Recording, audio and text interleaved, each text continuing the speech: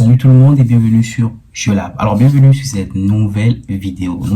Où aujourd'hui je vous partage essentiellement une journée de développeur avec Moufid. Alors aujourd'hui essentiellement ça serait au fait un retour d'expérience et au fait un partage au fait de tout ce que je fais en tant que développeur, et en tant que professeur au fait d'université. Dans cette vidéo, je vais vous partager un peu ma routine, comment je gère au fait mes clients et aussi mes missions en parallèle. Donc ça serait quand même une vidéo très intéressante. J'attends quand même votre retour en commentaire par rapport à tout ce que vous avez à noter par rapport à ça. Donc ça sera au fait un moment fun au fait sur la chaîne. Je vais vous partager un peu comment ça marche, les différentes activités que j'ai l'habitude de faire lorsque je suis soit en télétravail essentiellement pour des missions en freelance. Donc si vous êtes prêts, c'est parti.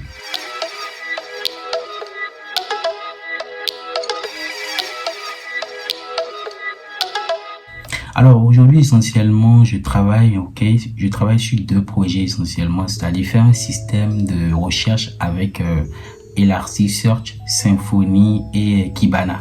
Donc l'objectif au fait ici on m'a contacté pour pouvoir au fait mettre en place ce système là qui va permettre de rechercher dans toute une architecture de base de données. Ça c'est la première mission que j'ai à faire. La deuxième mission au fait c'est travailler sur un site SEO. SEO au fait c'est tout ce qui a rapport au référencement. Donc le client au fait il a un site web où il propose au fait des services à des clients. Donc l'objectif ici c'est de mener à bien au fait des corrections au fait qu'il m'a dit d'apporter sur son produit.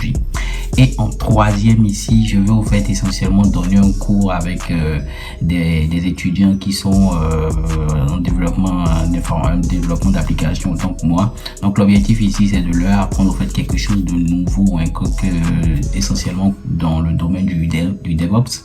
Donc on va parler essentiellement ici de Jenkins.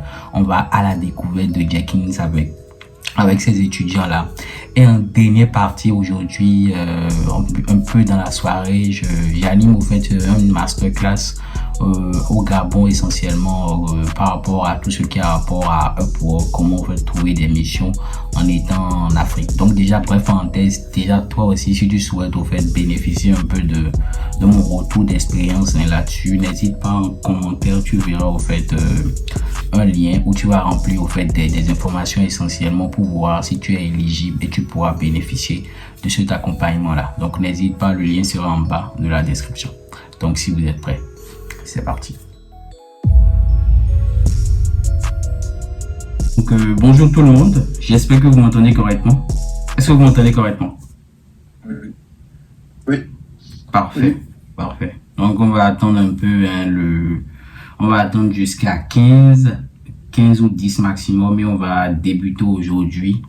Je pense que j'ai pas encore eu l'occasion de faire ce cours là avec vous. Aujourd'hui on va parler de Jenkins et on va parler de Docker. Je sais pas si j'ai eu l'occasion de faire déjà un cours de Docker avec vous. Vous m'entendez? Oui. Oui. Est-ce que vous avez un cours de Docker? J'ai pas entendu. Elle a déjà eu un cours de Docker. Parfait. Donc aujourd'hui, pas Jenkins par contre. Pas Jenkins. Donc aujourd'hui, ça serait une continuité par rapport à Docker. Donc ici, il faudrait avoir les bases de Docker. Je pense que vous avez les bases. Et une fois que vous êtes prêts, on va commencer. Donc disons, là il est 9h03. Donc à 9h15, je vais procéder à l'appel et après on va commencer. Alors, est-ce que Andy est là? Oui. Marc, Adama, non, Alexis, Raimi, Clément, ouais. Raja, Nathan, Paul, Bastien. Vous allez comprendre tout à l'heure que Jenkins, quand même, c'est un outil open source. Et c'est quoi son avantage par rapport aux autres? Parce qu'il y en a plein d'autres qu'on va un peu fouiller tout à l'heure. Et en deuxième partie, ici, on va passer ici à l'installation de Jenkins. Et ici, il y aura deux manières de l'installer. C'est ce que je vous ai dit tout à l'heure. La première manière, c'est directement sur votre ordinateur en utilisant votre système d'exploitation. Si vous êtes sur Windows, si vous êtes sur macOS, si vous êtes sur Linux, on va voir en fait comment l'installer en fonction de ça. Et je vais vous montrer la deuxième manière. Je pense que ça serait la deuxième manière que vous allez préférer. C'est une deuxième manière qui consiste au fait à l'installer via Docker. Ok, ici on va décrire soit un Docker Compose ou soit on va directement l'exécuter grâce à l'image de Jenkins sur le Docker Hub. Quand je parle de Docker Hub, ça parle à quelqu'un?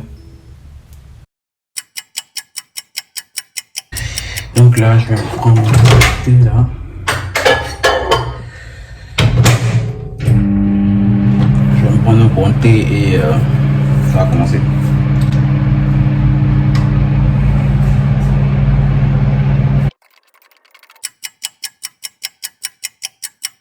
Et avec les différentes étapes, ok. Oui, c'est ça. D'accord. Et c'est une opportunité même pour voir comment gérer les rôles des utilisateurs. D'accord, oui, parfait. Pas de blocage, tu as pu bien installer Jenkins via Docker ou directement sur ton système d'exploitation? Via Docker. Via Docker, ok, d'accord. Oui. Okay. Tout s'est bien passé, pas de problème de volume, non? Moi, j'avais pas fait Jenkins avant. Oui. Donc, pareil, ça m'a beaucoup aidé.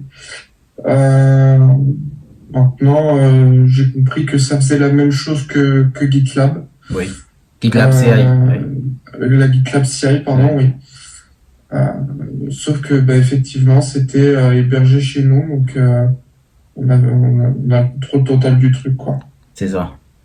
Et concernant, comme je le répète, concernant le petit TP1 qu'on avait eu à faire hier, tout s'est bien passé jusque-là. Je ne sais pas si vous avez déjà présenté vous, mais non, pas encore. Non, pas encore. Donc, oui, ça s'était bien passé. On a eu un tout petit peu de mal sur la gestion des droits. Oui. Sinon, du coup, on n'a pas utilisé le plugin qui avait été présenté hier. On a fait avec les droits de base et ça m'a pris un peu de temps pour aller fouiller sur les projets pour voir que sur les projets il y avait les droits par utilisateur. D'accord. Bon, on va le voir tout à l'heure. Ok, d'accord. Est-ce qu'il y a des questions précises? Est-ce qu'il y a des points d'ombre pour le moment jusque-là? Le cours en général, c'est-à-dire les notions qui ont été abordées, est-ce qu'il y a des trucs qui n'ont pas encore que en général, il y a tous ceux qui sont déjà passés, ceux qui vont passer, est-ce qu'il y a des questions générales, des points d'ombre en fait, que vous avez recensés actuellement ou rien pour le moment? Non, rien. Ok, d'accord, parfait. Ok, ça marche. Alors là, j'ai fini au fait le cours avec les étudiants. Donc aujourd'hui, comme je l'ai dit, on a abordé plusieurs notions telles que Jenkins, Docker, des exercices pratiques aussi pour les permettre quand même de s'initier à la chose. Donc il y a beaucoup d'autres qui ont été abordés avec eux. C'était quand même fun. Maintenant, on passe à la deuxième partie de ma journée. Donc actuellement là, il est 18h et je travaille essentiellement sur un projet avec Symfony et plusieurs autres technologies, Elasticsearch, Kibana, pour faire tout un système de recherche. Là, au fait, c'est un système au fait que je veux faire de recherche avec Kibana et Elasticsearch. Donc l'application a été faite avec Symfony. Donc l'objectif, c'est de pouvoir faire tout un système où la personne pourra chercher sur tout le site. Ok, donc c'est quand même intéressant. Donc